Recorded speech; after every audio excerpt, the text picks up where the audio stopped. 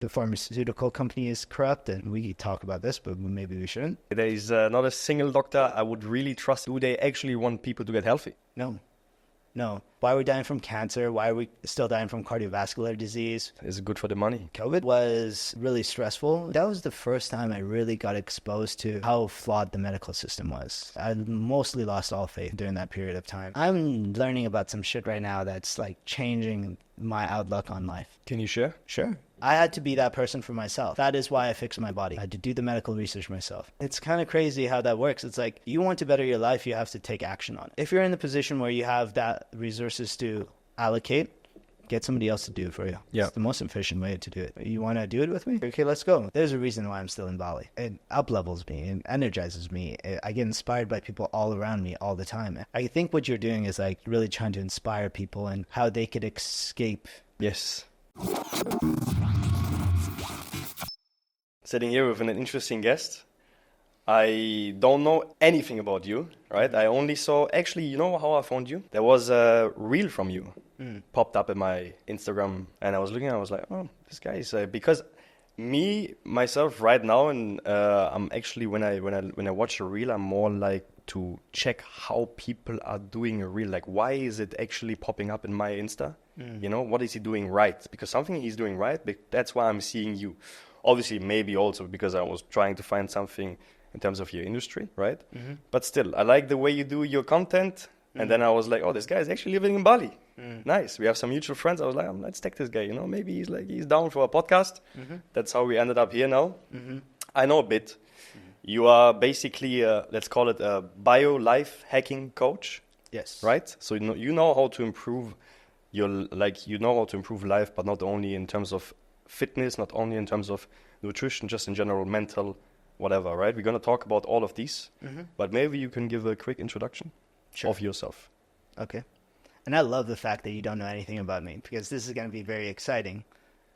Most people that do know me know what I'm about, but for you, I'll tell you a little bit about myself. So my name is Rue.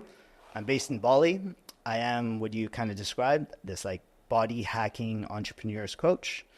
And I do that for a specific reason. But I've been in this industry for 15 years, kind of optimizing my own well-being. It started off with being in pre-medicine. So I have a degree in biological physiology. How old are you? Because you say 15 years. That's actually crazy experience and you look young. Yeah, thank you. I'm 32. Okay, crazy. I was like same age, but okay. Because like if you think about it, right after high school, I went into the pre-med, right? So it gave me a really good foundation of biology, biochemistry, organic chemistry, molecular biology, which is kind of similar to that. Physics even. It's surprising how much of your body runs on physics. So okay, interesting. Yeah, so having that foundational knowledge allowed me to kind of propel into what I'm doing right now, which is like helping entrepreneurs optimize their energy and also overcoming any of the dysfunction that they're facing, whether it's physical, physiological, and psychological to a certain degree. I'm not. And you studied in Canada? Yes. Right? You born and raised in Canada? I was born in Iran, but my heritage is from Afghanistan. Okay, born and raised in Iran, or then you just moved to Canada? Like how was the... I was 3 years old when we moved to Canada. Okay, so you don't remember anything from Iran, I assume. I visited, but yes, I have no memories from that early childhood period. Okay, so born in Iran, but then basically grew up in Canada, right? Yeah. And how's life in Canada, actually? Canada's huge, right? Different places, different people. And the place I landed to was unfortunately not the best place for an Afghani immigrant family to land. There was a lot of racism in my community. Oh, really? Yeah. Okay. And we were very, very poor at the time as landed immigrants. So without any understanding of culture or language, so we were ostracized. Like we were just completely outcasted from all of our community, which is turned out to be a bit of a dysfunctional upbringing for me. For example, do you know about the KKK or Confederate? Of course. There was like this mock affiliate group of the KKK that was within our community, right? Oh, yeah? Like, even when I was going to high school, there was people like that would just wear Confederate flags openly. Belts, boots, white power. This is not Canada. This is not what a typical Canadian city is like. It's just where I grew up. Because we were placed there as refugees. Where is that? Cloverdale. Okay, Yeah, it's just this southern BC city right beside the American border. Okay. And growing up in that area, there was probably 10 to 15 immigrant children. From all over the world, or? Yeah, there was a couple East Indians. There was Asian, like Chinese Asian. Okay. South Koreans, but very, very small. So you were closer to them than to the actual like locals, or how was it? I mean, you kind of band with the people you belong to, right? Yeah. A little bit, right? Or Yes. there's like, certain cultural appeals, certain values that you stick to. Yeah. Would be hard pressed to like be close to people that are racist, right? That's true. So it's actually a funnier story from my brothers. They actually, Okay. there was a lot of, gangs and drugs in my upbringing as well. Because what people don't realize is when you're in pain, when you're in a hard situation, you connect with people that are in pain and hard situation. And why are people in pain is because of mistreatment or missed opportunity, right? And how do people try to overcome pain? They sedate it first and foremost. So what does that include? That's drugs. Yeah. And then being a very ethnic, family in a very racist white community, there was a lot of hate and aggressiveness towards our family. Okay. Afghani people are very proud. I don't know if you know this, but I know we have a lot of Afghanis people in Germany also. Like I grew up with, I think I have one or maybe two like German friends. Oh. Yeah, I grew up with Arabs, Turkish people, Russians, Yeah. Italians. Yeah. Mixed because I'm from Frankfurt. Like it's more like an international city, not really a German city, I would say. I have family in Frankfurt. Oh really? Yeah. You've been there? Yeah, I've been. You like it? Yeah, it was all right. Yeah? I've heard that there's different types of Germany that you could go. Well, different Correct. experience of Germany to Yeah. have. Definitely, especially when you go to Berlin. Berlin. Yeah, Berlin is like kind of same when you say like Bali is not Indonesia. Same with Berlin, I would say. Berlin is not Germany. Interesting. It's a different thing. Anyway, we not talk about Germany, we talk about Canada. Okay. Yeah. So you were just talking about the... Yeah, just like what happens when people are aggressive towards you, and Yeah. Afghani is very proud. They tend to fight back. So you had problems in school? Yeah. There was a lot of fighting, a lot of hate, a lot of exchanged words. You got kicked out of school also? No, I was actually a really good student. Oh, really? I definitely got suspended and stuff, but Yeah. I was straight A student. Like I was a good kid, Okay. right? Okay. Because usually you say when someone was like, or like most of the entrepreneurs that were really bad in school, like, Yeah, troublemakers. yeah. I think I'm a little bit separated from the rest of my family. I have 5 siblings. I'm the 6th child. And then my siblings were all born within 6 years of each other. I was 7 years after them. So I kind of grew up as a little bit of an only child. Why I bring that up is because I was given opportunities that nobody else had, because by the time I was coming of age, we had built a better lifestyle for us. We got ourselves out of poverty, and I was able to enjoy the opportunity that Canada offers a lot of immigrant families, right? So better education, better system of health, better, socioeconomic opportunity. Yeah. Although we were very well off in Afghanistan, ironically enough, Oh, yeah? originally. Okay, yeah. Because when the USSR invaded Afghanistan, my family was one of the wealthiest families in Afghanistan. So down, really, yeah? In our city, in Kandahar. Okay.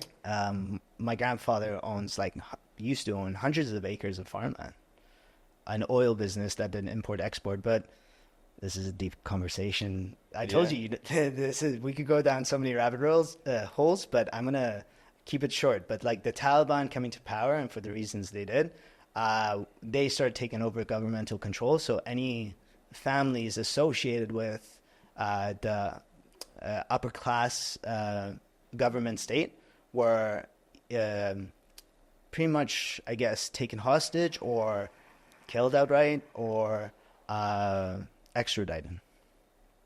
So we didn't have the opportunity to use any of our resources anymore. So everything gone. Everything gone. Still to this day, There's too much of an unsafe environment for us to really foster any of the resources. So you never went to Afghanistan yourself, or? I've been there once. Okay. Yeah, how was just the see my experience? grandparents. Okay. I was young. I mean, it's a different world. When I went there was power outages. There's no electricity. That's crazy. Still. It's unsafe. I remember one of the trips I went with my dad. He actually left me in Iran because it was unsafe, right? And my family has a reputation there. We're still considered one of the wealthier families. So to give you an example, when my dad was there, he was kidnapped. Yeah. Yeah. Well, he was attempted kidnap, and they broke his arm, and he broke his arm trying to escape. And then, yeah, there's multiple stories like that within my family. That's crazy. So, okay, so your family escaped Afghanistan to Iran, is that correct, basically? Yes. Yeah. But then you, again, went to another country, which is Canada. Well, when we were in Iran, we also faced a lot of racism, ironically, because there was such an influx of Afghani refugees into Iran that it kind of destructured their ecosystem, like financial ecosystem, right? You know, it's kind of the same thing that's happening with like Syrian refugees, maybe potentially. There's just like that kind of intake of external people. A lot of societies are built upon strict demographic structure, right? Yeah. So, which is ironic, because if you put an Afghani and Irani kid side by side, it's hard pressed to be able to tell them apart. But in school, the Afghanis would be like segregated the same way as black and whites were in USA. No way. Oh, my brother has stories where like after school there would be like 30 kids just beating the shit out of him. Like that? Yeah, like that. And my dad tried to start multiple businesses there, but when people would find out we were Afghani, they would just vandalize our shops. And why Canada, actually? Like, why did you choose Canada from all the countries? So my uncle went to med school in India and then was given his what's it called? The opportunity to go and practice in Canada after he got certified again. He fostered us. Okay. Yeah? So he brought us in, and we wouldn't have gotten in otherwise. Okay. So we got in on refugee status for being displaced from our home country because of war. Okay. Okay. But then I think what happens is when you get, we bought a house. We had some finances. It was a small house. There was 8 of us in Canada. 2 bedrooms. Yeah. And we had a little bit of, my grandpa bought our first house in Canada, and it was shared between 3 families, and the 8 of us were put in the basement in 2 bedrooms. Okay, crazy. Yeah. So we lived like that for probably the first 3 to 4 years, maybe, no, more than that, maybe 4 to 5 at least. Yeah. I was young, so I don't. All right, so yeah, interesting. So when school in Canada, you faced some racism there. You got a bit of a couple of fights. Yeah. But overall, you were a good student, right? Yeah. And then eventually you ended up even studying med, right? Yeah, I was going down that route. Funny enough, like the way my brain works, it's much more logic oriented. Okay. But I come from like a Eastern immigrant family, so my dad was like, just be a doctor. It's a safe bet, right? It's like this, yeah? Yeah, I got accepted into robotics and software engineering. Okay. Originally. Yeah. Scholarship in a couple different schools. And then my dad was like, no, be a doctor. My dad had to drop out of med school in his second year to come support a family during the war. Okay. So I think he had this kind of, every father has, like, tries to play out their dreams in their... But you have siblings, right? Did he say the same thing to your brothers? My siblings went down different routes, right? Okay. So I was the one that was very heavily pressured to become something in my family. Okay. So there was like, I was given more opportunities. I was granted with natural ability, and there was so therefore the two together was the pressure. Makes sense. Cauldron for me to go and succeed. Yeah. So when did you know that, okay, I'm gonna, like, did you just listen to your dad? You're like, okay, I'm gonna try it, or you were genuinely interested, like, why not? Like, I can see myself as a doctor, or go into the med direction, or like. No, it's funny. Like circling back on it, it was very valuable for me to go through that experience. I love the human body. I love any type of learning, to be honest. I'll sit and learn about, I don't know, animals. I'll sit and learn about like philosophy from Greek times. I'll try to learn about history. Like, I just love learning. But the human body for me was a little bit of a two birds, one stone, because I want to feel good as well, right? Okay. So it's like, that was not my original feeling going into university. After the upbringing I had in university, I fucking failed. Yeah. Right? Because in high school, I had all this natural ability. So when I got good grades, it was with zero effort, right? I would skip half my classes. I would get my hard sciences, grade 12 average was 98%. And all my other accessory classes, I don't know how it works in Germany, but it's like you have soft kind of, I don't know, courses like home economics, cooking, PE, physical education. And then the main ones. And then the main like scientific ones. So in all the sciences, I got 98%. And all my other classes, I would get C+, C. Without really effort. You were just good. I was just smart. Yeah. Okay. So, must be nice. yeah, I'm very grateful for it. Yeah. I almost lost it. And that was one of the scariest moments in my life. It's one of the catalysts that got me back into the field I'm practicing right now. When was that? When you I was lost it?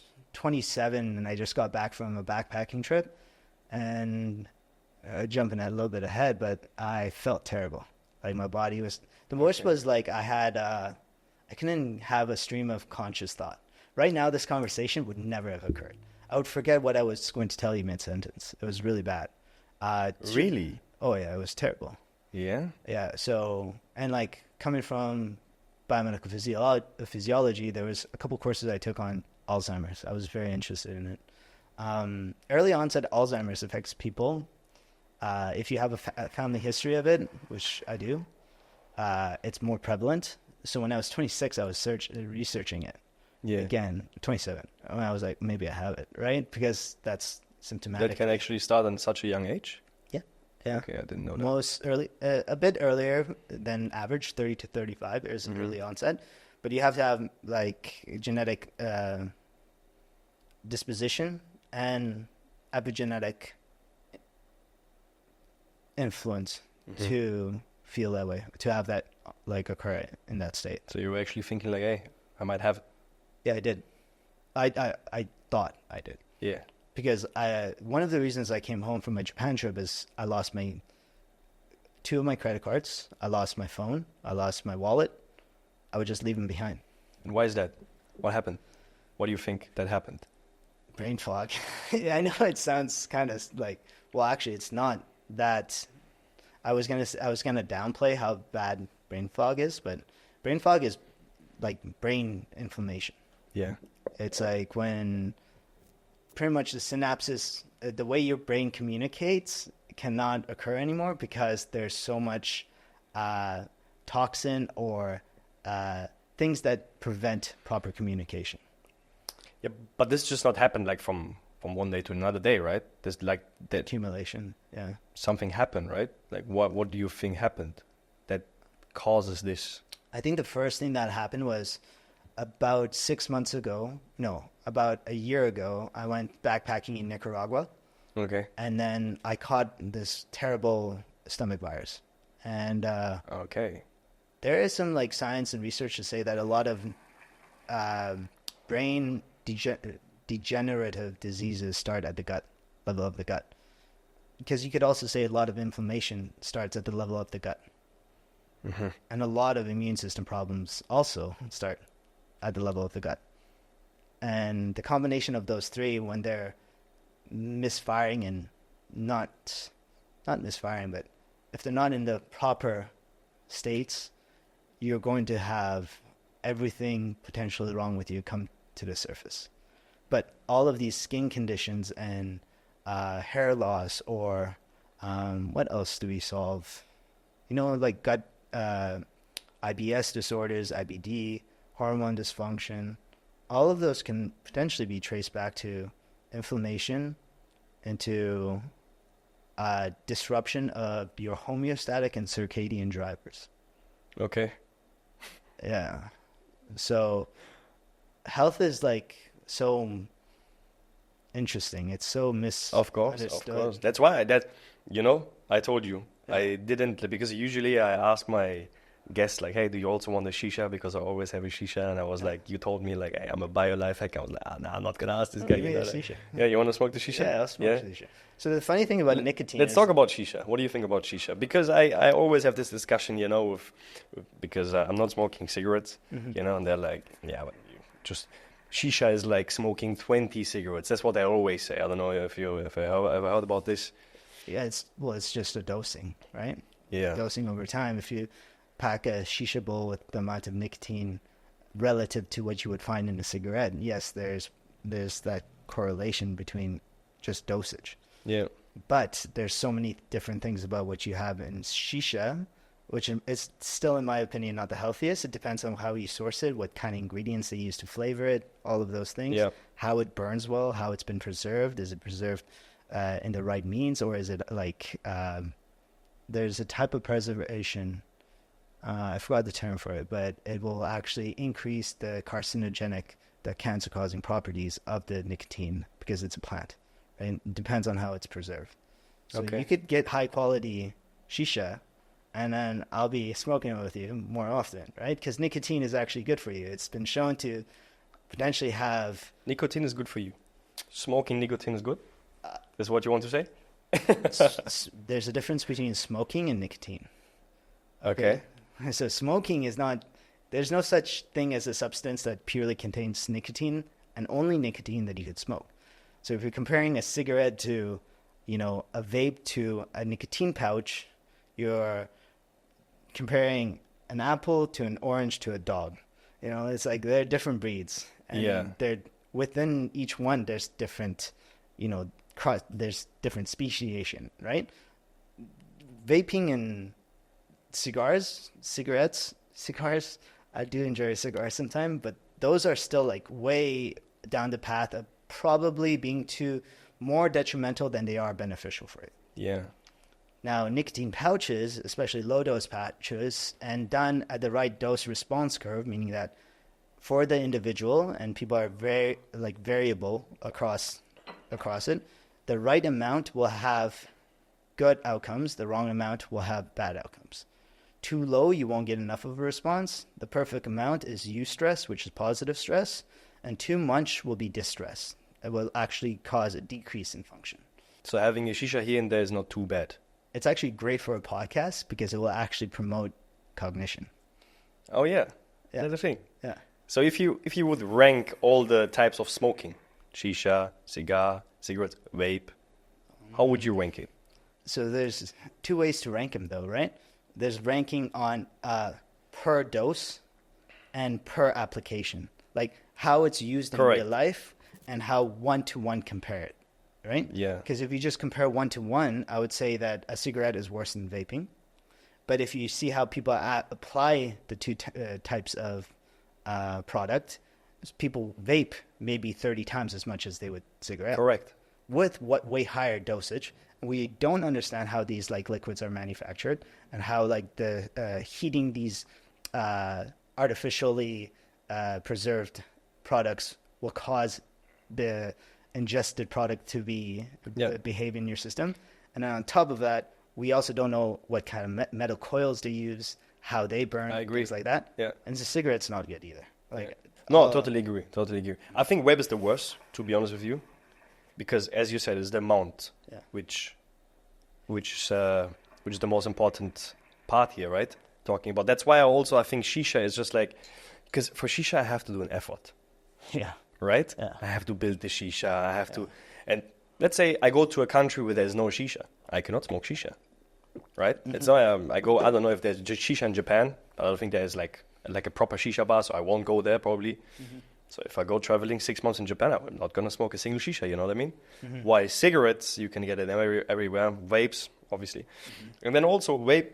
What's I think it's a bit scary for me is that there's not really a long-term study since they just invented yesterday, it's a new thing.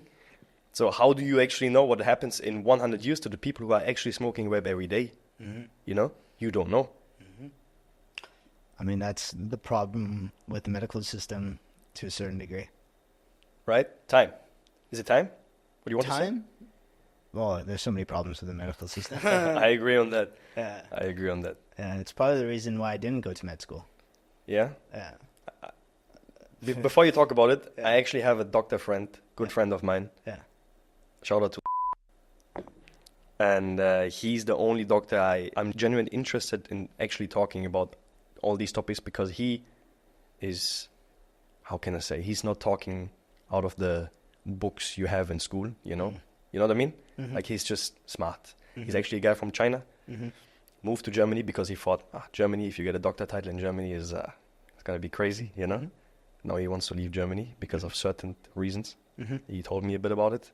I don't want to talk about it here now because maybe people say, like, you know, what is this guy talking about, you know?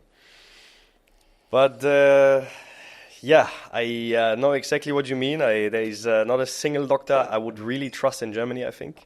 To be honest with you. Maybe it is too much what I'm saying here right now. Yeah. But still, I just think in Germany you're just a number. Yeah. They really don't care. They just see the money coming in. They're actually happy when you're sick, you know. This is what I think.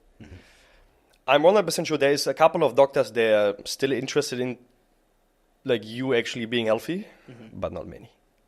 I don't know about other countries. This is just just talking about my experience in Germany, you know. Which is fair, like, especially let's say the older doctors, right? Senior doctors, because they just learn from books, kind of, right?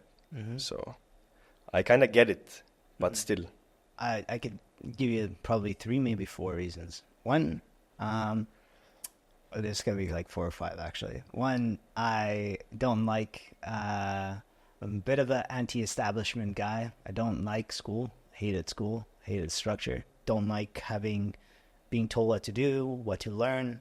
There's a lot of fraudulent and maybe misinformation. Yes. Even explained in medical school. There's doctors that will speak about it openly. Didn't believe in pharmaceuticals at that time, and the allopathic approach to medicine, which is sick care, not health care, was something you touched on. It's like people promote, like the way the structure of the medical system is built out.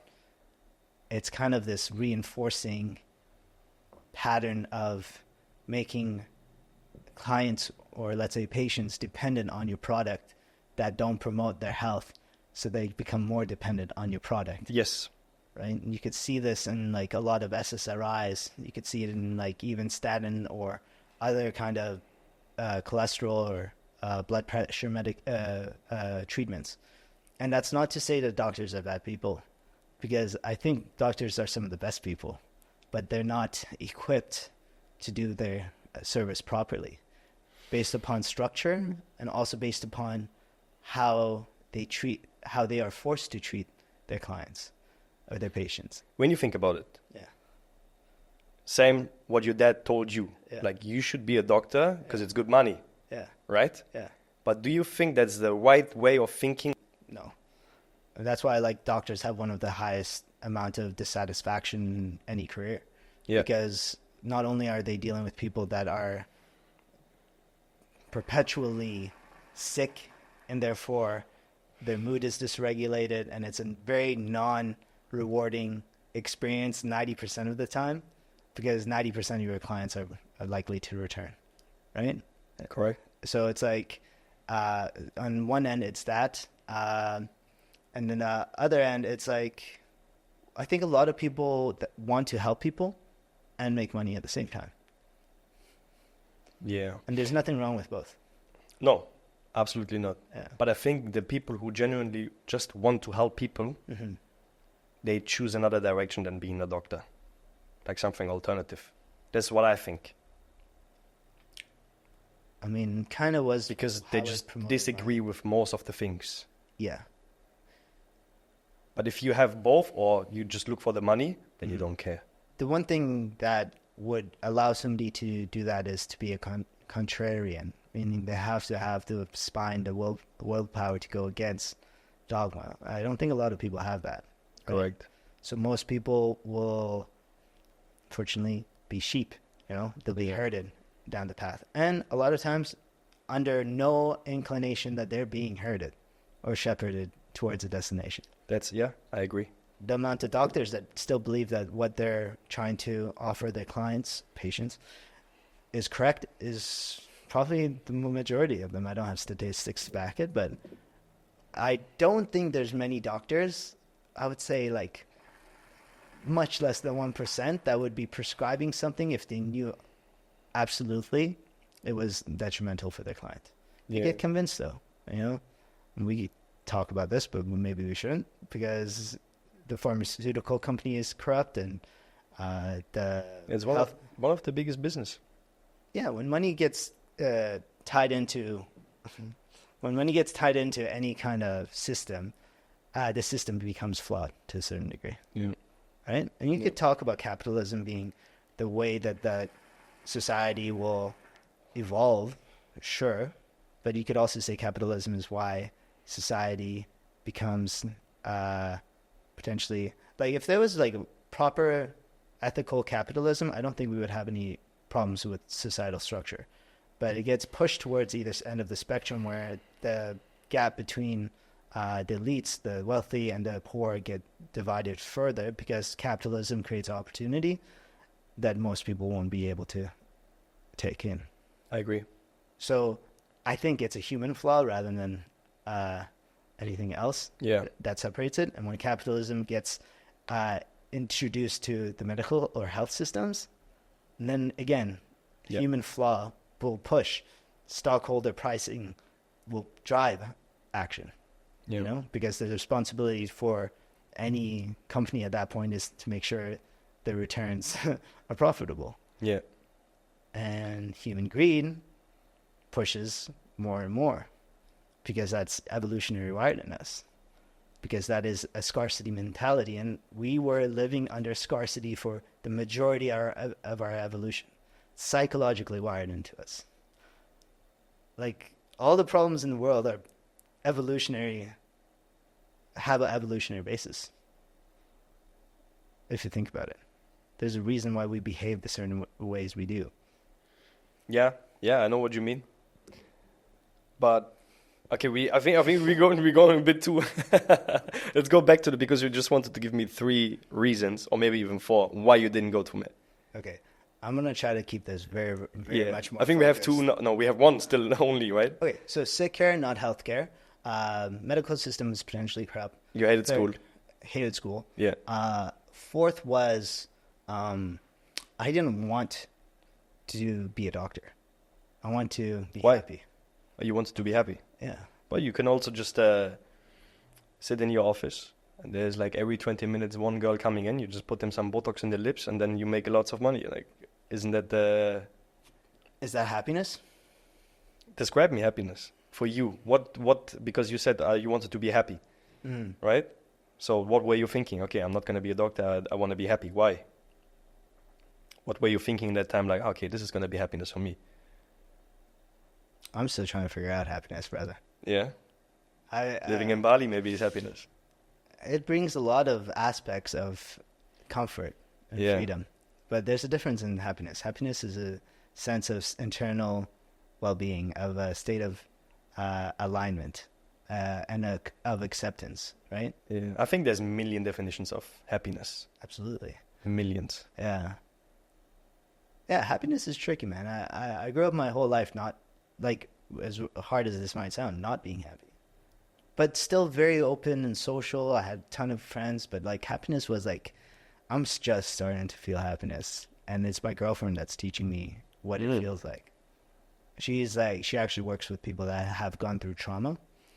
And, okay, to circle this back before I start talking about trauma, it's like, I wanted to be happy, and I want to feel fulfilled in what I wanted to do, right? So feeling fulfilled for me meant that I don't help people that don't want to help themselves.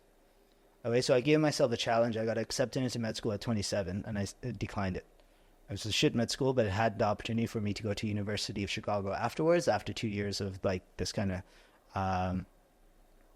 let's see if you can make it kind of deal, right? I said, here's the other thing that came into my mind. I think the medical system is going to be replaced or quickly outdated.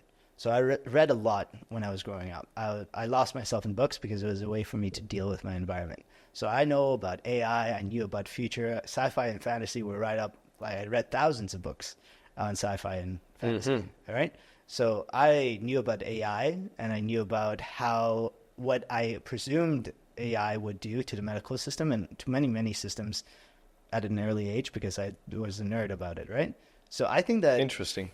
I think that the medical system is probably going to be replaced as early as from a foundational technological perspective as probably within the next 2 years for the majority of it. How quickly it gets accepted into modern living is, I can't guarantee that. But if you think about AI passes medical school certifications now. And an AI will be a much better doctor than any doctor will. I agree. Yes. I think, yeah, I totally agree. But do you think they want that? No. Do you know what I mean? Yeah. Like, because, okay, let's say AI, like, whatever, a robot, whatever, Yeah. is way better than any doctor. Yeah. I agree 100%. In a couple of years, this is going to happen, Yeah. right? This can happen Yeah. if they want it to be happen, Yeah. right? But do they want it to be happen? Because do they actually want people to get healthy? Yeah. No. So that's why I'm asking you, do you think actually AI is going to replace doctors anytime soon? No, because, again, the way that it will be perceived, I'm sure they're going to run tons of smear campaigns against the utilization of AI once the pharmaceutical companies realize how effective it will be in overcoming their bullshit treatment options, right? But also maybe not, because the way that AI is learning right now is through the medical system, right? It's reading through Harvard-based literature for medicine, right? And maybe that's the same literature that's being dogmatized in all of their... So you can manufacture AI to speak your language, right? Yeah. So it doesn't mean that the AI won't be the same pill pusher that the current doctor is, right? Correct. There's going to be a Pfizer AI companion that goes alongside any of your Medcare providers, right? Yeah. There's a cool concept called decentralized health. So in that Web3 crypto space where it's you get the opportunity to have your healthcare provided you from a non-centralized kind of perspective or knowledge opportunity. So those types of opportunities still exist, anything decentralized. But let's not get into that conversation. Okay, we're not going to drive too much away. I think we kind of understood now why you don't, or you choose another direction, even though you studied it, Yeah. right? So when was the first touch on with this whole life hacking thing, and then also did something happen in your life that you said, okay, now I have to improve my life, and everything I learn now, I'm going to try obviously to use it and see how my life goes from there, right? Okay. So I think one of the things I should say is when I was in university and right after university, I was working at a lab. It was a chemistry lab. So we were doing a lot of things that were related to creating biochemical compounds. So using devices that would, think about the typical chemistry lab environment with, lab coats rats on thing. Rats? No. No animal tests. More vials and trying to create. But honestly, it's not vials anymore. It's all machine operated. You're just dosing things properly, right? So there was that portion of my knowledge and experience that I acquired. And then I went through this 3-4 year phase where I was just casually learning, applying to physio, pharmacy, med school, getting accepted sometimes not. Med school came, said no. Okay, what's the next opportunity? I got picked up at a gym as a personal trainer. Right? So they saw me training. They're you look like what you're doing. I didn't. And then they're come work for us. We'll make you some good money. And then they're promise me $100 an hour, which at the time when I was working as a bartender, I was making $70-$80 an hour. I'm I'll take the raise, and it's a good transition out of that lifestyle. Okay, right? nice. Yeah. Yeah. So started it, hated it, Really? Uh, Why? I was working for somebody else. Yeah, but you still did you because you had your own clients, right? Yeah. And you were teaching them how to train, even though you didn't really know. That's what you said. Yeah. But you had to train them your way, or the way from the gym. So they said $100 you could work your way up to it. When I first started, I was making $30 an hour when I was selling people for $100 their end, right? I'm like, so I'm acquiring all my clients, my own clients. I'm selling them myself. I'm servicing them myself, and I have to give 70% of my revenue to you. Yeah. It took me 3 months to say fuck off. Went, and I'm like, I'm going to do this by myself. Went, started my own kind of PT service in a private gym. Started scaling up. COVID happened. Fucked me up. When did COVID happen? Like 2019? 2019, December, I would say. Yeah. So this 2019 was like, I was probably like 8 months into it in 2019. Finally got my feet on the ground, making decent coin. COVID happened, completely lost my business, completely lost my life, my identity. Really? Well, I was a fitness guy. Gyms closed. Yeah. Work no more. I had no like identity left to myself, really. And then COVID happened for a couple months, made $0. And then actually, funny enough, COVID helped me make more money after a while because... I love that. You know why? Everyone is sitting here saying the same thing. COVID is a bless. was a bless, you know. Everyone is saying the same thing. Like, it also, like, when you think about it, when you actually talk with people, especially in Bali, I would say, talking with them about COVID, they all say, like, best year of my life. So much changed. Well, it's like you either make it or you break, you know? Yes. It's like, that was a challenge. It's like, how are you going to overcome it? If you're going to find a way to create income or not.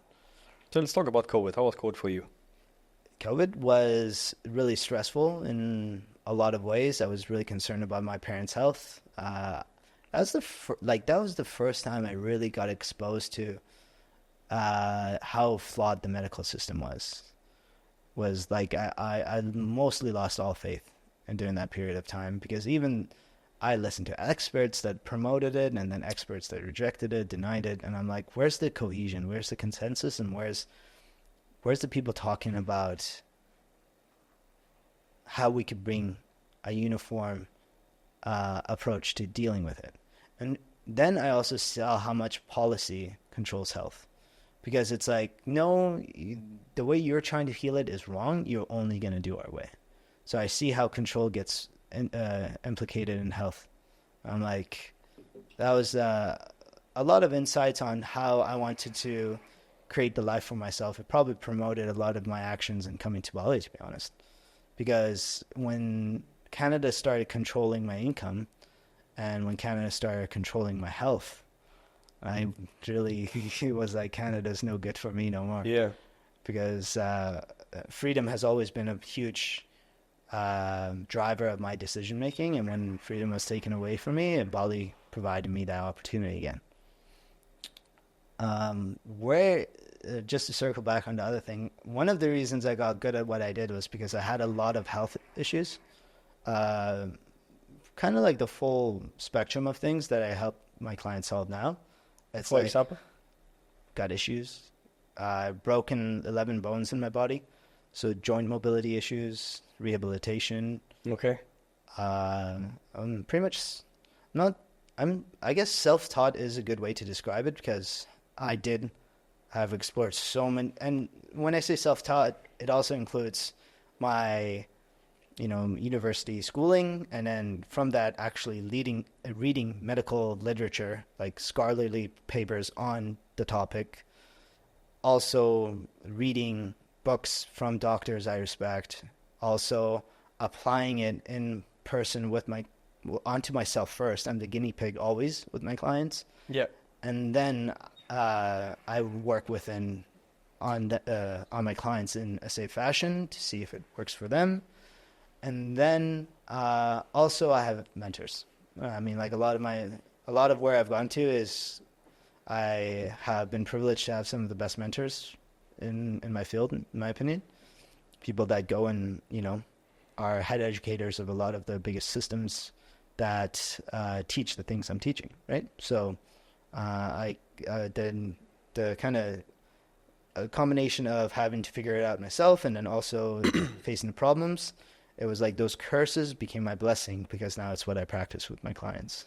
Yeah. So I started on just fixing people's stress, and then they started asking me, like physical stress, physical injuries and stuff like that. But before you go into that, let's circle back into because you said COVID was shit in the beginning, right? Because you said, like, okay, money gone, no cash flow.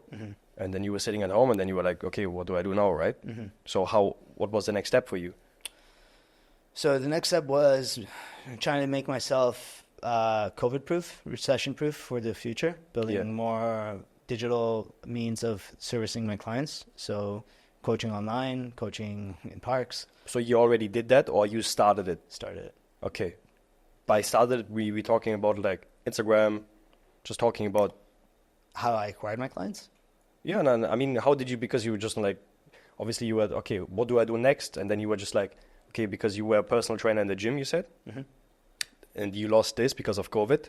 So did you think in that moment, okay, when COVID started, you were sitting at home, okay, now I'm going to teach people in the internet how to train, or what was the step? Okay, so first of all, how I changed my business was we kind of were able to bypass some of the COVID regulations by realizing how important fitness is for people's mental health. And it gave us exclusion to the lockdown to be able to service our clients, because one of the things in my province that we really promoted was we should not keep our physical health safe when we lose our mental health in the process. Yes. Which huge credit to the government that was running our kind of province state for doing that. And then that offered me an outlet to still service my clients, just in maybe more limited fashion. And meanwhile, I integrated a lot more online services there. The way it started kind of going down this path is, first of all, I've always worked towards optimizing my own well-being. Again, gut problems, the brain problems, everything allowed me to educate and like heal those systems.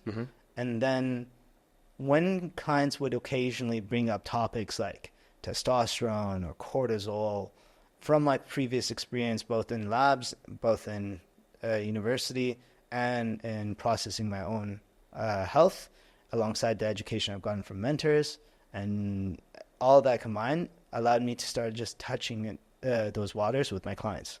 And then it just fucking boomed, right? Because they're like, oh, you could do this? And I'm like, yeah. They're like, why didn't you tell us? I'm like, oh, well, you want to do it with me? And they're like, yeah. I'm like, okay, let's go. So this is what I want you to do. This is how we're going to process it. These are the first steps, and this is how we're going to move it into the next steps. Okay, so who's interested in doing that? People that want to optimize their performance. What is a huge opportunity for people outside of just health? It's like optimizing their business and entrepreneurial. Entrepreneurs love optimization, right? Because it's like, if I could bring a certain amount of my work performance, decision-making process, my energy levels throughout the day, my critical thinking and problem-solving capacity, if I could solve that or increase that by 1%, 3%, 5% daily, what's the compound return of that opportunity shown year long? Yes. And if nothing else, yearly revenue, right? Because if you think of a system, like we build systems as entrepreneurs. I am an entrepreneur. That's why, for me, I love it. Because I know how I'm learning sales, I'm learning marketing, I'm learning, system building from like a client onboarding to a client delivery process. I can kind of understand what other people are going. Yeah, I know very little about ads. I know like drop shipping is not my forte, but I get what a businessman person needs to think about as they're building their business. So I understand how I could bring value into their lives, because I'm trying to do the same for myself. And health is just my service. It's like, think of it as delegating a portion of your company out to somebody else, because your health is a liability for your company at the end of the day, right? So that's how it kind of streamlined itself into working with entrepreneurs, because my service, once heard about, was in high demand with people looking for that. Yeah. So you were doing that in Canada already? I only had a few clients in Canada. I do. Only a few clients, okay. And then, because now I want to kind of make the transition to Bali, obviously, right? Because, okay, I think right now, we are still in 2020, maybe 2021. Mm-hmm. We had a couple of clients. It was kind of switching from like just being a personal trainer in the gym to this, right? Mm-hmm. But then when did you actually hear about Bali and you were like, you know what? I'm going to Bali and I'm going to check out how it's there. And then now you ended up actually moving here and doing that thing here, right? So what happened? Because I think this is the most interesting part now. I've been to Bali twice before I came on this third trip. So okay, just vacation. Vacation. So the first time was like 2012, I want to say. Oh, pretty early. Really early. There was no Canggu. Canggu didn't exist. Yeah. I remember going to Pretty Poison, and it was like 30-minute drive from Kuta. Yeah. Like, that's how long ago it was. And then we would go back to Kuta afterwards. Yeah. 30 minutes is like probably 55 now, just because of the traffic increase.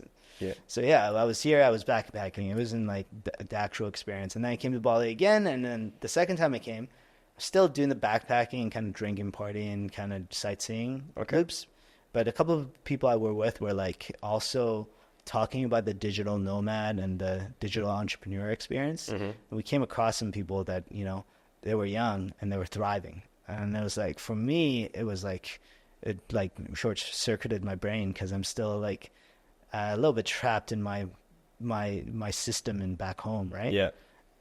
So that was circulating in my brain for probably 4 to 5 years. And then it's funny, coming right out of COVID lockdowns too, had some of my best financial months in business, had a little bit of a lull. Business was going downstream.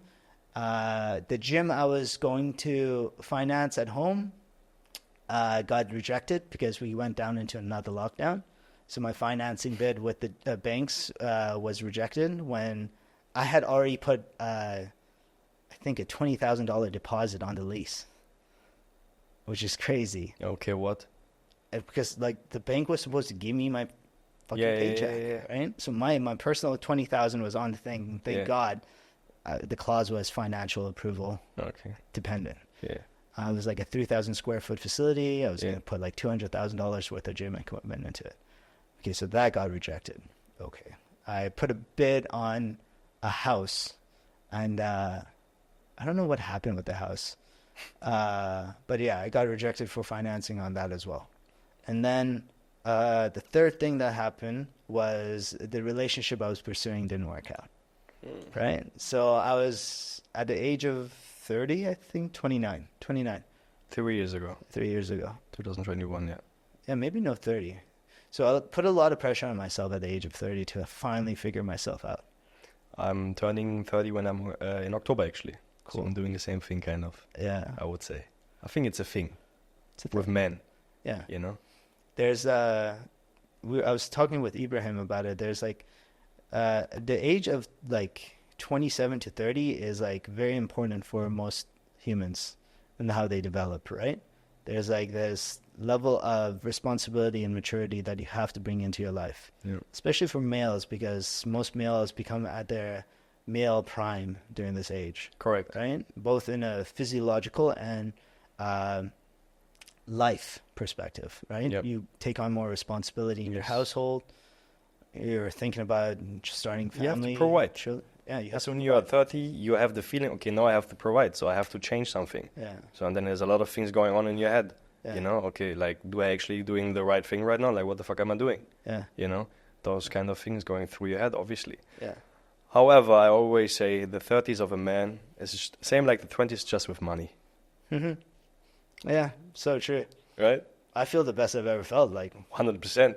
And the good thing with men is also we are looking better every day. Cheers to that, brother. Okay, so go back to everything got rejected, everything was shit. 2020, and then also business girlfriend, girlfriend, ex-girlfriend, that's it. My business was going down, so literally had no opportunity for me. But Yeah. also no, what's it called? Responsibility? Nothing tying me down. And funny enough, I saw this video, Lost LeBlanc. Do you know him? Yeah. He's a Canadian guy. Like, I actually met him in Bali a couple times. Funny. He's actually from my hometown. I know his best friend from back really? home. Yeah. So when I got to Bali, I met him just through our network connection. But he posted for the first time in a long time that Bali's reopen. Okay. I thought about it. I made a split fucking decision that moment. I'm like, why did everything that happened to me happen to me? Do I believe in opportunity and circumstance? Do I create opportunity and circumstance? Yeah. Is there... Because I felt lost at the time, too. I was still trying to find myself. Remember I said about the whole thing about happiness? Yes. There was a part of me that was really yearning for change. Yeah. Needed it. I was not living up to my potential. Fuck the good financial nonsense stuff. There's so much more to me, right? I could create so much more. I could serve so much more. I could, create more impact. Yep. Okay. Am I going to do that at home? It's very difficult. Why? Too many triggers. Like, I grew up in a very Muslim household. I'm not a Muslim practitioner. Mm-hmm. There's a lot of trauma, actually. Trauma. There's a lot of stress applied into my life growing up through religious means. Mm-hmm. Oppression to a certain degree. There's a lot of the upbringing I was faced through the racism, the poverty, the drugs, the crime, the danger, all that bullshit. Yeah. There was all of that weighing on my mind, affecting who I was, limiting who I was. And I just wanted to be who I was meant to be. So you wanted to leave So I the left. environment. You left, right? Well, environment's such a trigger. You are a product of your environment. Correct. But you can also control your environment. You can. I always say the way I perform here Yeah. in Bali, Yeah. I could never perform in Germany. No. Do you know what I mean? It's so depressing to be in. It's impossible. Yeah. Like, I had dinner yesterday, Mm-hmm. and I was telling the person I had dinner with my day.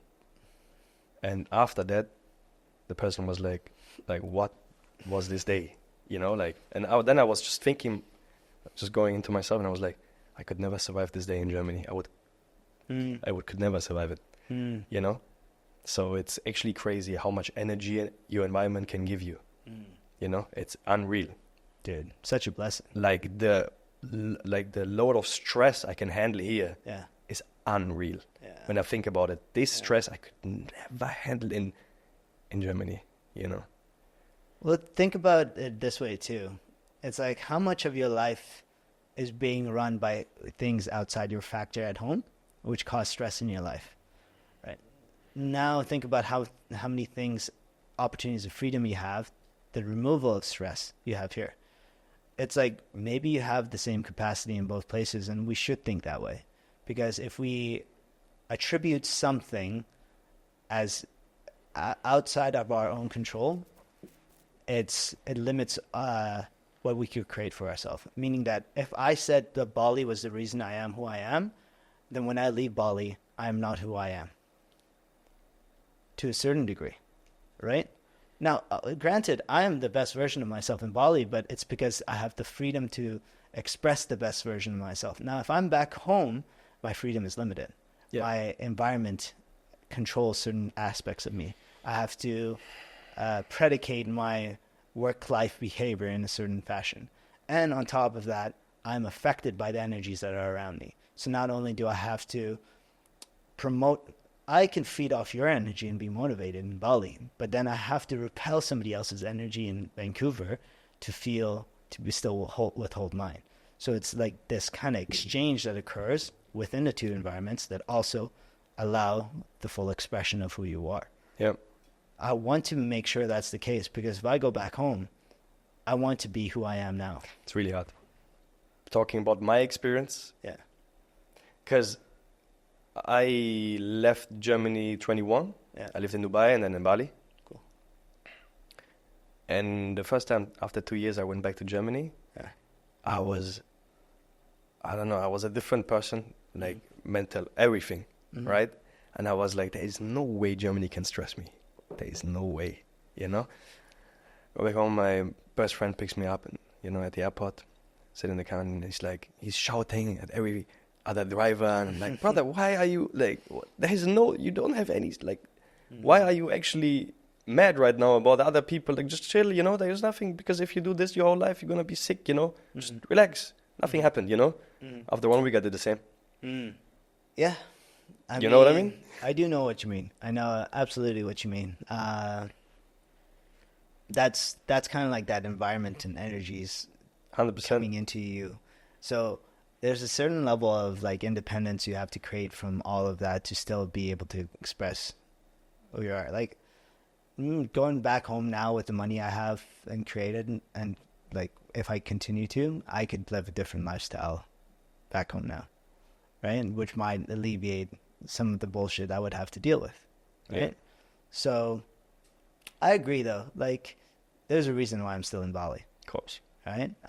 Because it up levels me and energizes me. I get inspired by people all around me all the time. And Yes. dude, it's such a conducive environment for personal development. Yes. It's like Every dinner you get invited is crazy. You're like, what just happened? Like, what was like these conversations? Yeah. You know, every dinner. Like you didn't know me at all. Yeah. I'm good at what I do, but you had no indication of who I am really before we had this conversation. Correct. Which I fucking love. You still don't know. Like there's still so much we could talk about, right? I haven't talked about what I do even. Right? Yes, I know. Or a little bit of who I am, which is great. Everyone should know the story. I think what you're doing is like really trying to inspire people into Correct. how they could escape. Do you know exactly how many people are out there, like maybe going through worse than you, but now you're still sitting here in your Bali shirt and living life, you know? So everyone should listen and understand that everyone can escape if they really want. Yeah. And that's what I'm trying to tell the people. Yeah. That's why I want to hear your story. Fuck. Like, it's... I remember about 1 year after I got here, I rented this massive... Not massive. It was a big villa, right? I was retreating myself because I made it to a certain degree, right? Yeah. I fucking quit it all, left it all, went broke, and then crawled myself out of it because I fucking believed in myself to a ridiculous amount. But it's like, I bet you a lot of people have that potential in them. I think that like to a certain degree, like what I am, I've been gifted with some things, but I don't think that you need any of what I'm gifted to be able to be successful. 100%. Dude, I know tons of people that make 10x my fucking income that I'm like, when I see them and then I see certain friend groups, I'm like, you just had the right opportunities presented to you that if any of my friend groups back home were presented to, they would have the same outcomes, right? Which means that we cannot label somebody as opportunistic or not. It's only a situation that creates opportunity, right? So if you put yourself in the right situation, guess what's going to be brought to you is opportunity. Yeah. So if you're now living a life in like this work-life structure and this kind of commitment and responsibility, attachment, like let's say you have all this responsibility, attachment to your environment, you're going to be predicated upon your life is predicated upon your environment. Okay, well, how do you snap that out of that, right? How you change your circumstances, change your situation, change your environment, maybe leave, right? Yeah, maybe leave. Okay, let's talk about your business model. Yeah. Describe it. Okay, so you know how every entrepreneur at some point in their life or another loses their health, like sacrifices it to a certain degree? Of course. It's kind of like the process. It's like the rite of ritual that you have to go through. Like you got to grind, set yourself apart, and then you get that opportunity to now reallocate your resources towards your health, your time, your family, relationships. Yeah. That's usually how most people process it. I'm the kind of guy that helps you allocate that resource towards health. I help you recover it and optimize it, which is pretty valuable for most entrepreneurs, right? Okay. And the way we follow that is a very data-driven, comprehensive approach, right? So data drives decisions in my business. I think that's one of the biggest fallacies with healthcare or any kind of coaching process is a lot of people will guide their clients without really understanding the individual. Healthcare being a great example of it, right? So you go 10 minutes, they do a diagnosis. Oftentimes, hopefully it's correct, but oftentimes it's not, right? So understanding the client is the first pillar of how we go about our process. This is client history, client symptomology, client goals, needs, wants, lifestyle structure. Once we have that nailed down, then I could start producing a service that's rightfully for you. Second point of data is objective data, something we can measure over time. So this is a movement analysis, and then is also a current state of health picture, usually done through blood panels. So Okay. physical, and the way I work with people, I mentioned before, it's physical, physiological, and then psychological. Psychological, I am very well aware of my scope of practice in. So let's stay away from that. Although I think I've helped a lot of people in the psychology as well, just because of what I've been through. And I have good reason to believe that a lot of what we do is psychosomatic as well. But that being said, how it affects us is all the same. Stress gets imbued in our body. It creates increases in cortisol, increases in stress, other stress hormones, prolactin. How we manage that stress, how we manage inflammation, how we interact with our environment, these are all going to be showcased through something like a blood panel.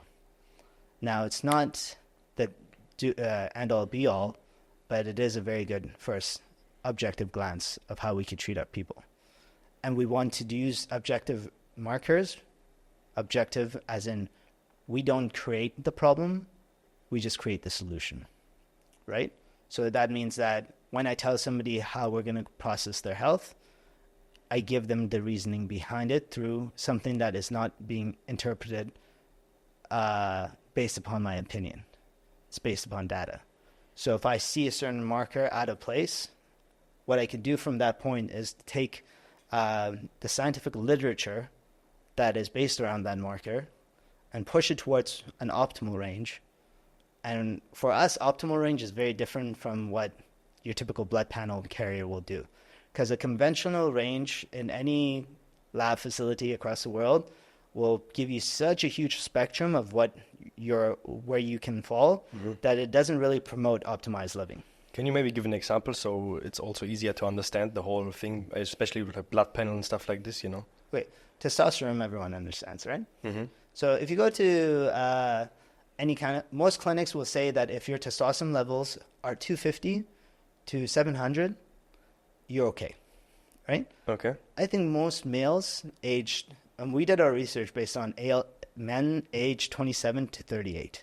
That is what we think. That's the people I service, so that's the people I want to work. Okay, so that's your range. Those are our optimal ranges are specifically for that. Because once you go after 38, a lot of different factors come into play that might skew results because genetics plays a bigger role, cultural, genetics in the terms of cultural implication and what's it called? Geographical implications, just how your epigenetics now influence you. Okay, so epigenetics. Okay, we have genes. They're like the building blocks of how we express our nature. So height, skin color, eye color, things like that. Also like how we express our health. Epigenetics in particular is how the environment influences how we express our genes. So ironically enough, we have the capacity within our body to either create cancer or kill cancer, right? But the environmental influence is usually what dictates whether or not we do or not, right? Correct. A little bit. I think that maybe potentially cancer could be completely preventable as long as we have the right behavior traits, right nutritional protocols, lifestyle protocols, then we could probably be okay. Yes, mutations occur. You think you have it? Kind of the way? That is making a huge claim. But I do know that a lot of what we practice with our clients creates incredible results. And I think that once you have the fundamentals down and once you apply more and more of these principles into your life, you can make great increases, not only in the longevity, but in the quality of the life that you have. So yes, I would say that certain types of behaviors are definitely anti-cancer or anti-carcinogenic. Of course. Yeah, right? I agree. Yeah. It's and certain types of behavior are definitely carcinogenic, right? We don't treat people that have cancer. Not at all. That's not how I do it. But can I help somebody that's ongoing treatment? Potentially. Would you do it? I would always help people that ask for my help. But I guarantee a lot of my outcomes for most of my clients. I can't guarantee that. There are certain things that if you do both from there's a couple new like sciences that if you start understanding, maybe perhaps, or start integrating, you might get like incredible outcomes on your wellness journey. You know what? Honestly, I wouldn't. But let me tell you. You wouldn't? No. If Okay. somebody comes to me with cancer right now, I wouldn't. But I hope to in 5 years. That you would say yes. Yeah. Okay, interesting. If Can I you- could do it sooner, then yes, absolutely. Because you don't feel ready? It's understanding how I could serve my clients best. Ethically, I could probably contribute to bettering their life. Working alongside another physician would definitely be practical. From a scope of practice thing and liability perspective, I cannot make any claims on that end as far as a service providence, right? But fuck, I'm learning about some shit right now that's like changing my outlook on life. Can you share? Sure. I mean, like, a lot of what our current life is built around is based upon medical research, right? And although it is a little bit obvious, maybe to say, it's like, okay, two things about medical research we have to be aware. One, it's very much likely that it's been altered to showcase certain type of outcomes, right? Why? Most medical research is actually pharmaceutically driven medical research promoting their products, right? Correct. When's the last time you heard like of a double-blind placebo-controlled study for like curcumin, right? Nobody's going to make money off that. There's 1,000 curcumin supplements out there right now. But if you go to a pharmaceutical company and say, I have a patentable product that nobody could use for the next 25 or 75 years of administration, if we create this product, we're going to be able to sell it for $700 for people that suffer, gut like Crohn's or IBD, then that company is going to say yes, and then they're going to fund the medical research for it. Okay, so it's a biased perspective right off the top because they're trying to create an outcome. Okay, it's like, and there's been lots of cases. Maybe again stepping outside of it, but I've listened to people that have done good research on it, where they would claim that medical research is often adulterated. It's been hidden and promoted in different ways. It's been like the structure of the study would be like very non-ethical in other cases. I could say it on some topics I understand very well, like a vegetarian diet is probably not the major driver of cardiovascular health outcomes. But certain practitioners would say it is. But if you see the studies that they research or that they use to validate their argument, there's other things that were confounding variables in it that would be suggestive to have more of an impact. What would you say is the best way to research these kind of things? Because obviously there's always this and always this, right? What is the best way? Let's say you just Touchpoint vegetarians, right? Mm-hmm. Do you eat meat? Yeah. You do eat meat, yeah? Yeah. But you obviously did your research. Yep. Right? Tried vegetarianism out too. You tried it? Yeah. Maybe even vegan? Not vegan. Not vegan? Okay. Not vegan. So you kind of did your research and you choose the way of, hey, I'm going to eat meat. Yeah. Right? Mm-hmm. What made you do this decision? Like, what is the best way of making research? Because obviously it's hard, right? Mm-hmm. Nowadays. Mm-hmm. You just type in, should I be vegetarian? And there's 20 million videos popping up on YouTube. Mm-hmm. Bro, if I could fix our problem, I think the world would be such a better place. The thing is like, everything has a perspective and confirmation bias to it. Everything has a confirmation bias to it. Yeah. To a certain degree. I would love to say that I'm unbiased in everything I do. But humanly, that's probably impossible to, be sure of, right? Yeah. Human bias is always there. I try to stay unbiased. I try to look from every single angle, right? That being said, the best way to research things. One, medical literature is very important to use as a foundation. Mm-hmm. Make sure your medical research is under a good structure. How do I know this? It's a little, you have to learn, right? Okay. You have to look to, there's certain principles you want to follow. Is it human based? Is it, this is like going into research, right? I wonder if there's a research on it. I'm sure there's a YouTube video on how to find good medical literature. If I had to say, double-blind, placebo-controlled, randomized human study, and then look at the funding, you know? Interesting. Right? That's really interesting that you say this, yeah. Absolutely, you have to look at where's the biases, right? Because in medical research, there's biases. Okay, so this kind of is a good transition into the second topic. It's like, how do you find out what's truly good for you? I guess, is that testing it? That's the right question to ask, probably, right? I would say testing it. Testing it is absolutely important. And then, but how do you find the information in the first place? There's something that we've kind of forgotten and how we practice our daily lives, which we really need to be more aware of. And it's actually pretty common knowledge, but it's not common practice. It's the biggest driver of our human condition is evolution. Mm-hmm. Right? So how did evolution create us? Right?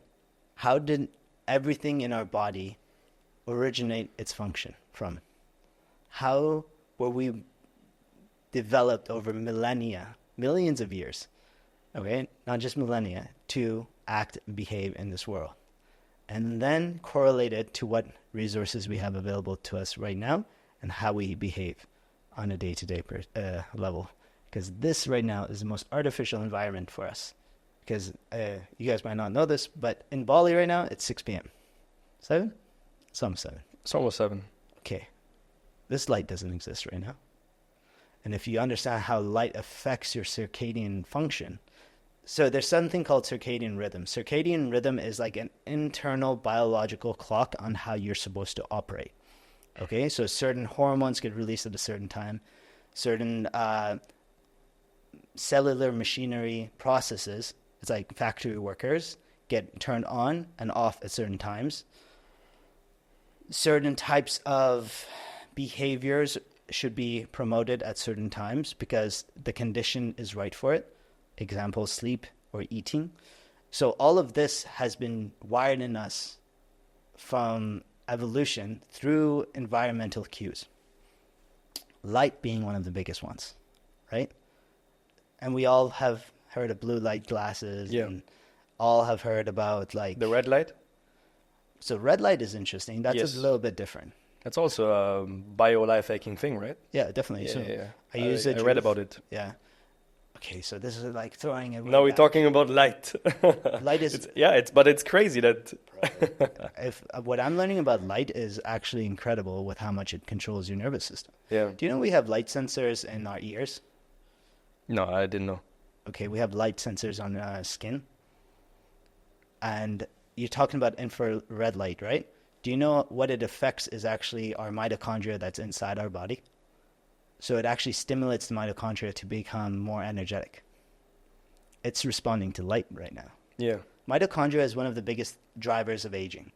When we have mitochondrial dysfunction, imagine that you're producing shitty fuel, right?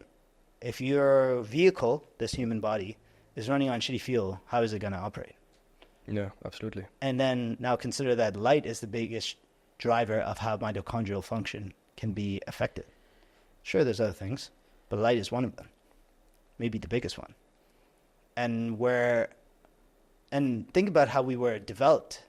It's like, when was the first light bulb even invented? Like, I don't know, 1800s? Fuck knows, yeah. Yeah? Electricity, 1800s? Yeah. Maybe? Yeah. Okay. Think of how long, not just humans or monkeys have existed, but like, what is the first cell responding to? Mitochondria, it's hypothesized that a mitochondria is a separate cell that was brought into our system. Mitochondria is like the energy factory of our human body. There's at least one mitochondria for every human cell. Okay. Fact check me on that. Maybe not in like certain types of brain cells or like, not brain cells, but like certain type of accessory cells. Yeah. I think it should be though, because it's energy production. Mm-hmm. Every single one of our cells probably has mitochondria. This mitochondria was probably taken into our system by one cell absorbing another cell. The point is that mitochondria was self-functioning for a long period of time. So you have to understand how that cell functioned. What did it respond to? So it responds to oxygen and carbon dioxide. So how you breathe regulates your body. It responds to light. So light and dark, that's another huge function of your body. So then you start thinking about, if at the most basic level we are controlled by these things, then these things also control how we function. And there is, like you said, infrared light is just one studied way of affecting your mitochondria. And maybe it's common knowledge enough now that infrared light has a huge beneficial outcome on how your mitochondrial function is operated in. Right? Do you do it? Yeah. Every day? I wouldn't say every day, but I should. Okay, so that's a good question too. It's like, so the way I try to approach it, how I approach my business and what I want to get really, really good at is bringing this ancestral way of living, okay, this genetically evolutionary structured way of operation in life, and combine it with the most modern technology we have available. Mm-hmm. Because I think that although we have the tools to feel good, we also have the technology to enhance those tools to feel amazing.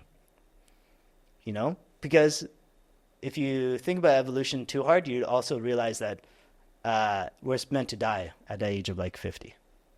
Correct. Okay, so most people don't. Evolution built us to die after 50. Evolution is not a smart creature. Evolution, it's not like a wise, like foresight-driven kind of. Something is right because we are living longer right now, right? Well, that's the enhancement that we have, right? Yeah, correct. But are we living longer, or are we living healthier? And there's some of us that live longer while being healthier. That's the beautiful balance. Yes. Because like you could look at certain types of disease states currently in our societal structures, and you realize that certain diseases and certain causes of death have really declined. We now have antibiotics, so people aren't dying from like bacterial infections. We're not dying from like tuberculosis, syphilis, like a cut on our knee that just brings some kind of bacterial pathogen into our body. We're not dying from that anymore. But we're still dying from cancer. Yeah. Okay, why? Why are we dying from cancer? Why are we still dying from cardiovascular disease? I mean, I don't know if you really asked me the question right now, but genuinely, I think that it's good for the money. Absolutely, it's good for the money, right? Because I think there's them, I don't know, obviously, right? Mm-hmm. But I'm pretty sure there's a couple of ways of already healing it. Obviously, it also depends on what kind of cancer and what stage and blah, blah, blah, right? Well, that's something I would love to start like really deeply exploring, and that's why I say maybe in 5 years I'll be able to solve some of those problems for people, right? Yeah, because you were just asking me like why we cannot. I absolutely agree with you. Like, you know, if you look at like certain things, like certain concepts of why our health is declining and why these disease states still occur, okay, it's a couple of things. We are creating manufactured artificial structure to our daily behavior, and which pushes away from our natural way of living, right?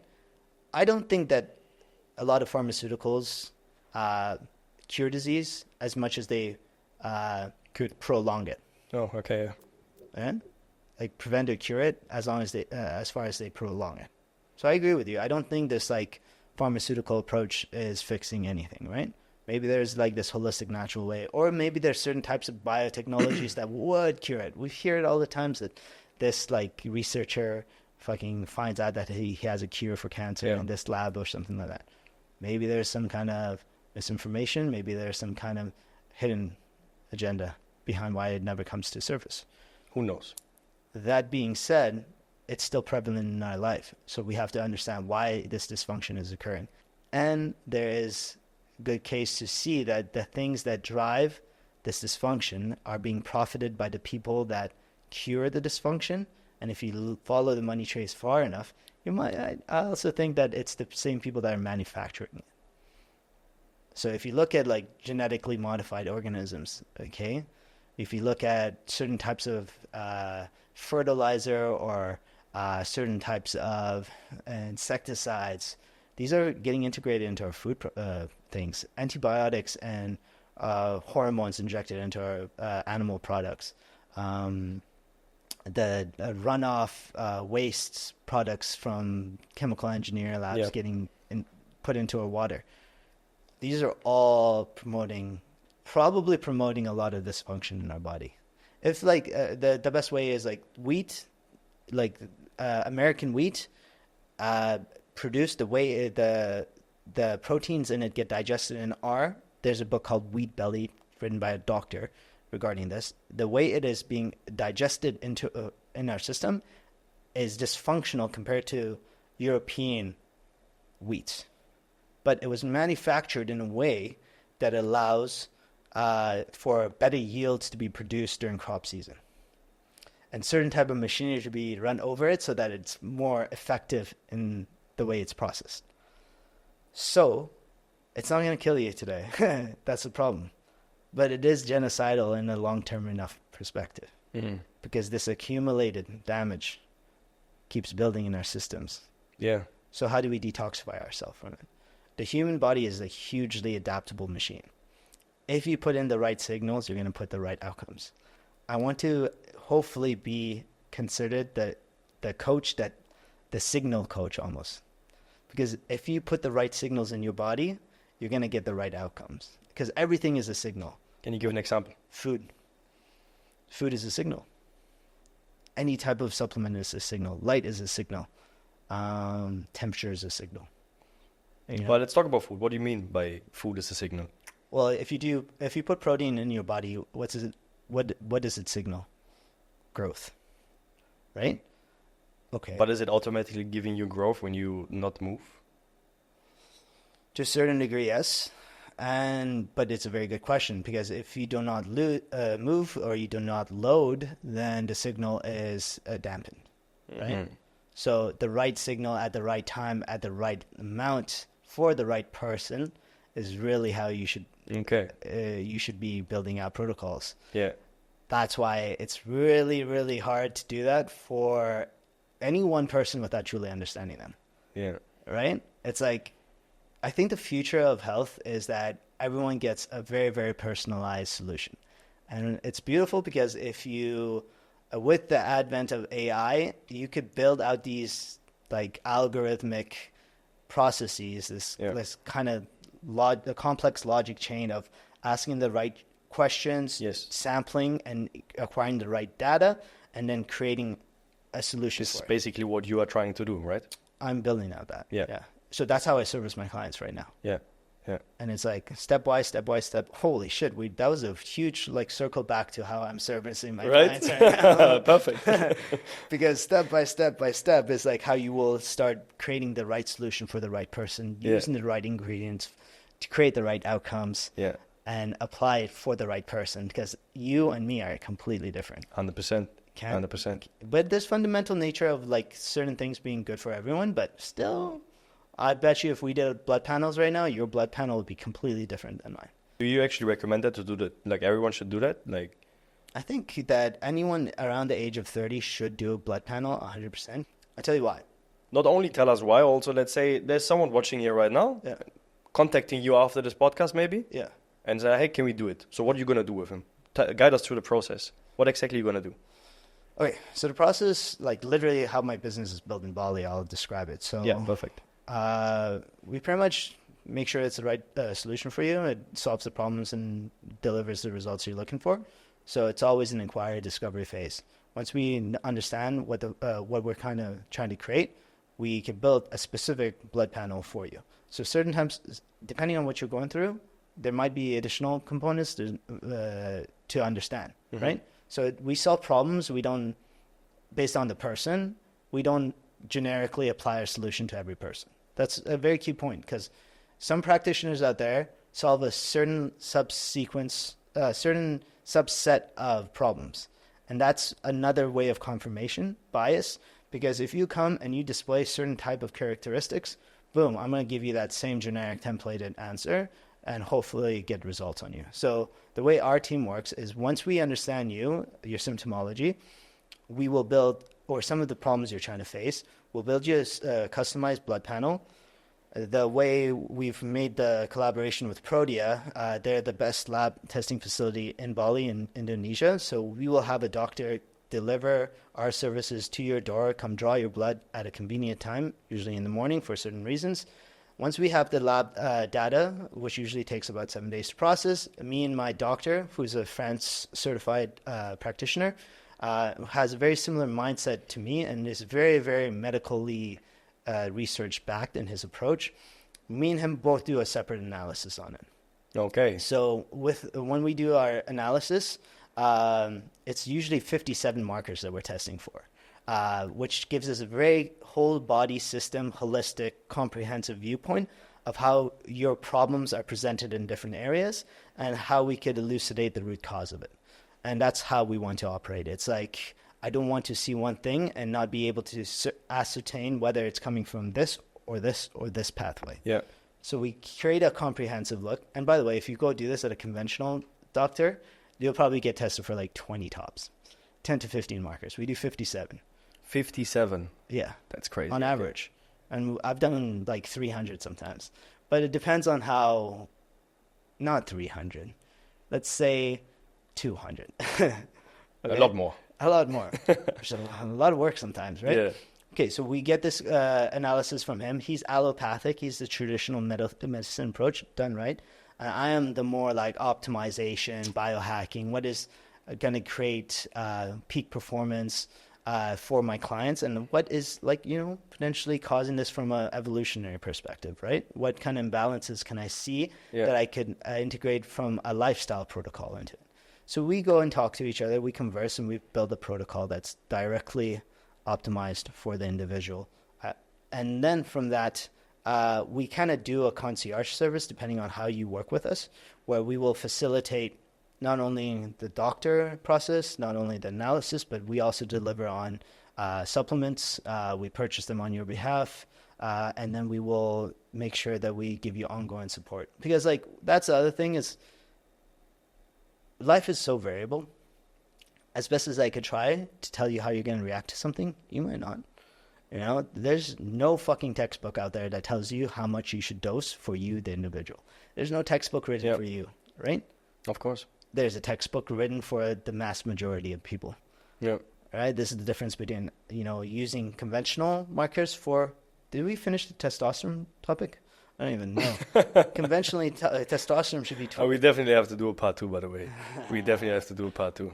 But just don't get started, because it might go to like part 60. Yeah, probably, yeah. Okay, so it's like conventional. It's like has such a big fucking scope from here to here that it really doesn't service the individual.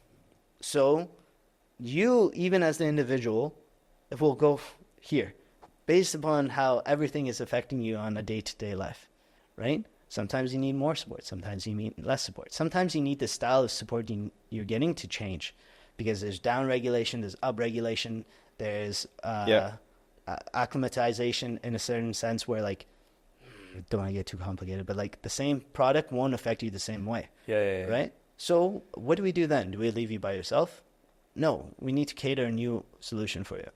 Okay, so there's kind of this concept. We have focused phase intervals of how we solve problems for our clients. So we look at we kind of have an understanding of your body, and we see where your pain points are and what your goals are. And we map out a roadmap, literally, of the current state of you to the future state of you. So I say current state of him to the future state of you, because I want you to understand what this is like the shell. It's like the prototype. It's like Tesla fucking version 1 to like Cybertruck. Yeah. So I want to show you the evolutionary pathway, right? Yeah. And to do that, we need to understand what we need to do first. Because if I give you 50 things to do first, you're going to have 50 different outcomes driving your direction. But I bet you there's a bottleneck that if we open up, it actually is going to allow every other pain point that you have to cascade and get influenced by that bottleneck to be promoted from a health perspective in a positive direction. Because, man, whether it's an ankle injury that is limiting your squat, whether it is a nutritional deficiency that's affecting your energy, whether it's a bacterial infection that is affecting your thinking processes, whether it is stress-related hormone dysfunction that is affecting your sleep. Yeah. But what are the costs for this? Average. I know that it's hard probably to say because it's like, as you said, it's like a personalized thing, right? Mm-hmm. So you can't really say, okay, this is how much I have to test you and this how much I have to give you or whatever, probably also the time you have to give me, right? Mm-hmm. And how long you have to guide me, and maybe I'm already okay after 1 week, which might not be the case for most of the people. Unfortunately. Yeah, obviously. Although, actually, if it's pain in your physical body, then yes, maybe, yeah. I've also run a pain rehabilitation clinic for 3 years. Okay. So physical body fixing is also a specialty of mine. I am totally promoting myself on that line. Do that, bro. It's okay. It's okay. It's an interesting thing because, like, the fucking information that you provided day to day, you're asking me how do you find the right information. I think the best thing I could offer you is find the right person. Find the person that talks to you from a philosophical and ethical perspective that is in tune with how you would want your health to be processed for yourself. Yes, because it's a really important also because many people say, yeah, I have to talk to the right person. Okay, I just talk with my doctor, right? Because he knows. But is your doctor really where you want to be? Yeah. In terms of health and whatever. Absolutely. You know? That's such a good perspective, yeah. That's the thing. Because I get the feeling when I talk with you, I think might be interesting to talk also with you in private, you know? Maybe there's some things, who knows, we can fix, you know? Actually. Because it's just interesting. Blessedly, there always is. Right? Of course, there's always something you have to fix. Not fix, but improve on. Improve on. Growth. Yeah, I like that. I don't want to diagnose. I am so intentional with how I treat people. Yeah. I never want to make them feel worse. Correct. That's also something. You remember I told you about my doctor friend? Yeah. The Chinese guy? Yeah. He said, which I totally agree, a doctor should not ever be allowed to tell someone how long he has to live. Yeah. That's the worst thing you can do. Yeah. That shouldn't be allowed, and you should go to jail for this because you literally kill someone with this message. Yeah. Because because there's actually people believing in a doctor as if he's his God, you know, like 100%. Whatever he says, it has to be true. So if he tells me in 7 days I die, I will die in 7 days, and then you will also die because you believe so much into this. So, bro, I agree. It's like your internal state creates your external reality to a certain point, right? Yeah. And I will be very, very transparent when I say that if I cannot find a solution for my clients, then I have failed them. But that doesn't mean that the solution out there doesn't exist. And I would highly, highly promote, there's somebody better out than me, 100%. Maybe not for long, hopefully. But there is somebody out there that could solve the problem for you. Yeah. Right? I had to be that person for myself. That is why I fixed my body. Right? I look for the right help, and sometimes they help me. And then sometimes I just had to fucking do it myself. I had to do the medical research myself. Sometimes the answer was just always there for me, but I just never looked for it. Right? So it's kind of crazy how that works. It's like, you want to better your life, you have to take action on it. Right? If you're in the position where you have that resources to allocate, get somebody else to do it for you. Yeah. It's the most efficient way to do it. Correct. So delegation. Hi, how are you? My name is Rua. But now we have to talk about it because I just asked you for the costs, right? Yeah. What's the price for all of this? Of course. It depends on the solution we create. Yeah. The pain point which Average 6K to 20K. 6K to 20K. Yeah. Interesting. Yeah. I mean, still, your targets are entrepreneurs, so they have the money, hopefully. Yeah. So right? This is something that I had a lot of trouble coming into alignment with. I'll tell you a couple of things. My target demographic is a certain type of person. I am not anybody's first coach, and I don't think you coming on to me to learn fundamentals is worthwhile investment in your time. Maybe if you have resources, absolutely. Yeah. But I would hope to be most people's last coaches, right?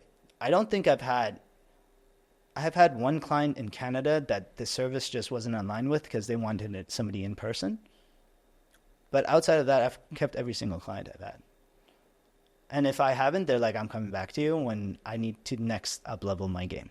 And I have had clients come back to me multiple times. And my 26 people I've brought in recently have all been referrals. That being said, I treat a certain person, right? I kind of tell people that if you're looking to become a 7-figure entrepreneur, I could help you down that route because I know what the millionaires are doing. That being said, like, I don't want to limit myself from the common consumer, right? I actually really hate that. I almost changed career paths multiple times. I know that person in pain. I know the average person. I was that average person. I want to help that average person out. Like, I want them to have the information resources available for them. But I am going to service those people just in a different way. I want to do more of this where I could bring more value into people's life for free. I want to build out a community that's going to be available for free soon that has all the fundamental things that you would need. Maybe if there's a premium on it, it's low because the people that pay the most attention, but I'm not trying to make it like profitable infrastructure. It's kind of like the Hormozy concept where it's like, I will give you all this information for free, and when you're ready to take on the next level of opportunity, that requires a certain amount of investment opportunity, requirements, then you could come and look at me.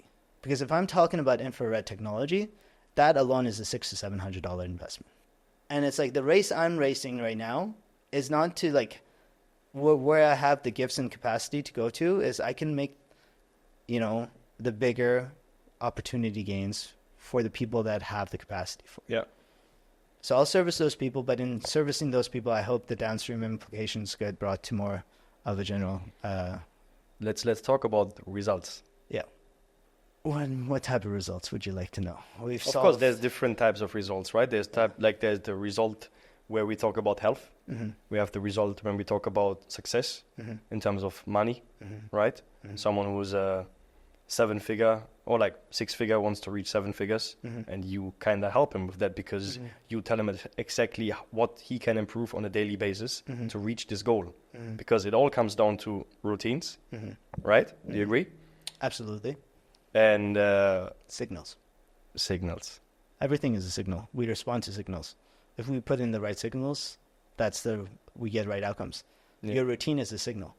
If you have bright light exposure in the morning, it's a signal to your body. Planning out your meal is a signal to your body. When you do systems 1 thinking compared to when you do systems 2 thinking, systems 1 is much more intuitive, free, uncontrolled, emotional. That is your creative response drivers, right? Yeah. So that is like when you should map up your future, when you should be thinking about new product development, when you should think about a new way to solve an old problem. And ironically, that's when you should do that is when you're tired. Because when you're tired, you're more inclined to having abstract thought. And it's through abstract thought that creates new connections. So then you could actually plan when your systems 1 thinking occurs in your day. So we have certain type of adrenal responses. Your cortisol goes up and down in like these like spike-like fashions. Adrenaline, same way. Maybe the way you have food affects how your cognition works. So you can control when you do your certain type of thinking, right? Which is going to drive that outcome. Systems 1 thinking systems 2 thinking is logical. It's analytical. It's complex problem solving. You could do it in the morning when your brain is fresh, when your cortisol response is high, when your adrenaline is also in high levels. You could do it right after an ice bath. You'll have better dopaminergic acetylcholine response to do your thought processing and problem solving solutions, right? Yeah. There's so many more ways I could do it. Like when you do your ice bath is important. You should stop doing it at night because why would you send that signal to you? Also not right after gym, I heard, right? Is that correct? Also, you're sending the wrong signal at the wrong time. Yeah. Well, it depends on which signal you're sending. But still, the length of the signal, right, also creates the response of the signal. Yeah.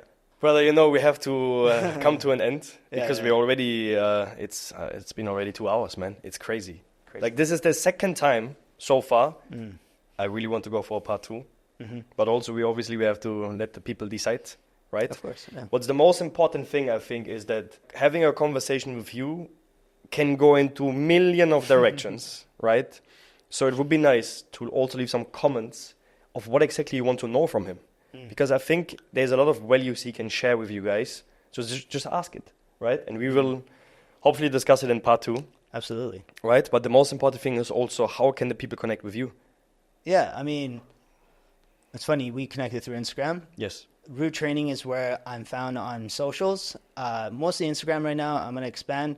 It's not the most perfect representation of who I am. So please reach out to me in person. I'd be happy to go for a coffee with you, sit down with you, have a conversation online, in person. That's where you're going to get to know me. That's where I'll get to know you. And together we can find a path towards your best journey and success. One last question. Yeah. Any future plans, big project, whatever? I mean, yes, what I'm doing right now. So there's so much opportunity. I don't know exactly which direction I'm going to go. I'd love to have like a lab facility that does this in Bali so people can come and get a catered solution to them. I have investors already lining up. I just have to see where I want, selfishly, I want to see what life I want to create for myself. Yeah. I want to be more of a forward-facing person. This is part of the reason why I did this podcast with you, which I'm super, super appreciative of. Thank you so much. I think you're a great podcast host. Thank you so much. Thank you for I'm still in me. the learning phase. No, it's very smooth. I think you have natural tact for it. And then also thank you for allowing me the opportunity to share my story, some of the things I do. It helps promote my business, but hopefully most of all for the people that are listening here, just the bits and pieces of it, maybe it just inspires you to look into it a little bit deeper, to start exploring and finding your own solutions for your own problems and creating independence and action in your life that will hopefully drive you to the better opportunity, the better state of living that you deserve. So if I could get it, motherfuckers, you could get it too. So. I love that, man. Brother, it's been a pleasure. Like there's so much really I want to talk about with you, like especially also like what Bali gives to you, you know, like personal business life and all these kind of things, which we couldn't cover now because actually 2 hours is more than enough usually for a podcast. But for some reason, I don't know what happened here. Thank you so much for watching. And I hope you found some inspiration in today's episode and his story. And also, if you're excited to meet more guests from all over the world, because I'm trying my best to bring some crazy people here with crazy business stories, crazy life stories, and also a lot of values like he's sharing, then don't forget to follow and ring the bell. And so you won't miss out. And then also, please let me know what I can improve. Yeah, what do you want to see next? And also, don't forget to ask him some questions in the comment section. Yeah, whatever you want to know. And I will try my best to get an answer from him. And maybe we just cover it in the part 2. Other than that, thank you so much for watching, guys, and I see you in the next episode of Talk and Do. Thank you, brother, for joining. Thank you. Thanks for your time, guys.